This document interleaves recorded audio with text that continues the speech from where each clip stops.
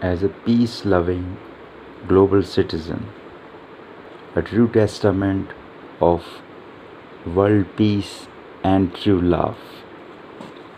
Forward. A steady spring rain fell all night, ending a winter drought. It was so nice to have had the rain that I spent all this morning walking about in the garden. The ground had that fragrant aroma of moist earth I had missed all through the winter, and the weeping willow and cherry trees were showing signs of a new spring buds. I felt I could hear the popping sounds of a new life sprouting here and there around the garden. Before I knew it, my wife, who had followed me out, was picking young mugwort shoots that had managed to poke their heads up through the dry lawn. Mugwort is a medicinal shrub with a wide range of healing properties. The night's rain had turned the whole world into a fragrant spring garden. No matter how much commotion there may be in this world, when the calendar turns to March, spring is on its way. The older I become, the more it means to me that in nature, spring follows winter and brings with it flowers in full bloom.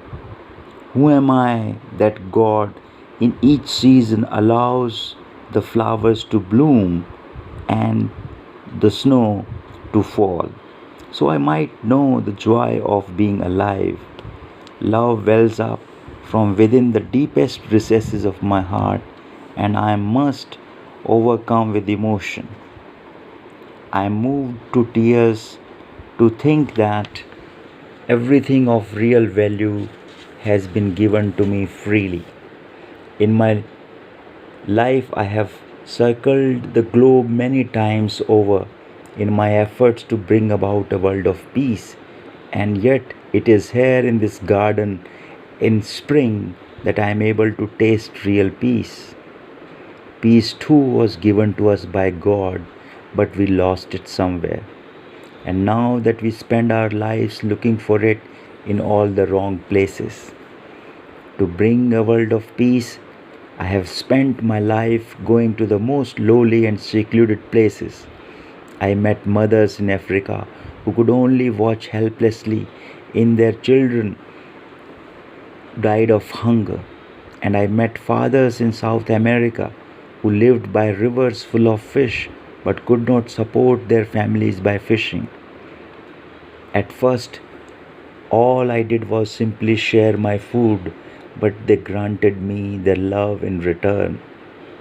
Intoxicated with the power of love, I went on to plant seeds and cultivate forests. Together we caught fish to feed hungry children, and the trees were used to build schools.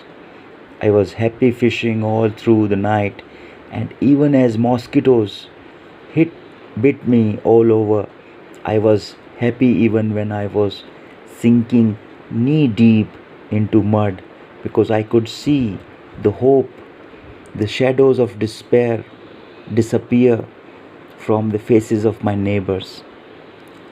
Seeking the shortest path to a world of peace, I devoted myself to inspiring change in the political process and changing people's ways of thinking. I met then President Mikhail Gorbachev of Soviet Union as part of my effort to bring reconciliation between communism and democracy. And I met then President Kim Jong of North Korea for a serious discussion on how to bring peace to the Korean peninsula. I went to United States that was in moral decline and played the role of a fireman responding to a call in an effort to reawaken its Puritan spirit. I dedicated myself to resolving various conflicts in the world. In my work for peace among Muslims and Jews, I was not deterred by rampant terror. As a result of my efforts, thousands have gathered for rallies and peace marches, with Jews, Muslims, and Christians all joining together. Sadly, however, the conflict continues. I see hope that an age of peace is about to be inaugurated in my native land of Korea. The Korean peninsula has been drained through endless suffering and the tragedy of division that I can feel in every cell of my body, and a powerful energy has been stored here and is ready to be burst out.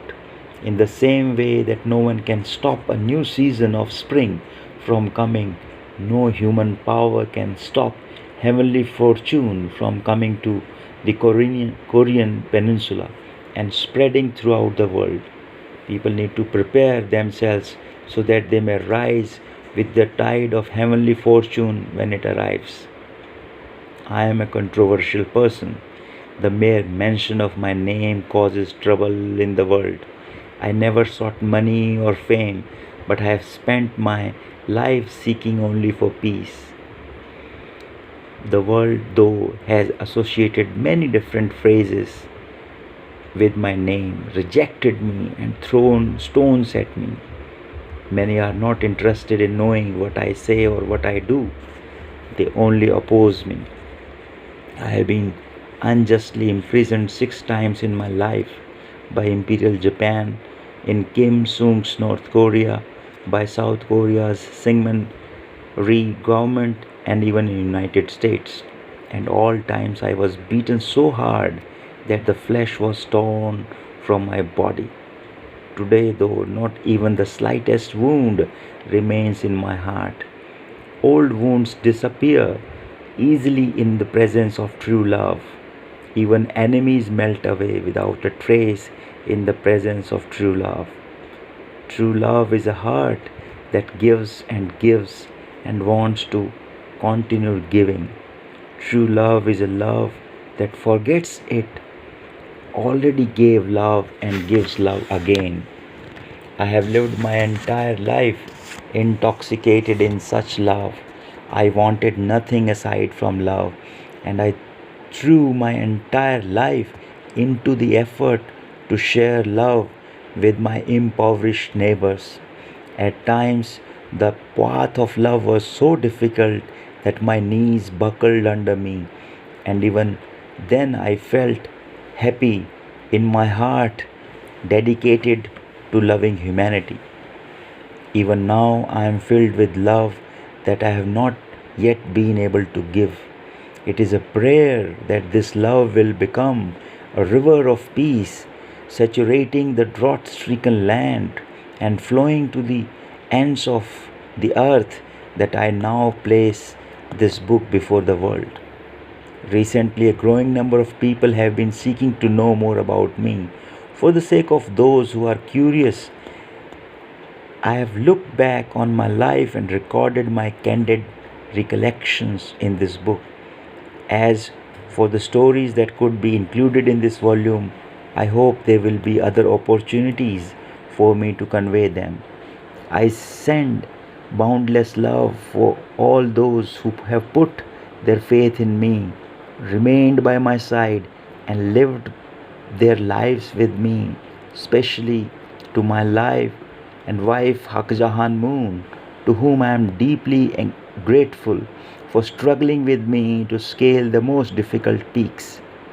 Finally, I would like to express my heartfelt gratitude to Yoon Joo Park, president of Jim Young Publishers, who poured out much sincerity and dedication in the process of bringing this book for publication, and to everyone in the publishing company who labored in editing the words that I spoke so that often complex content could be easily understood by readers.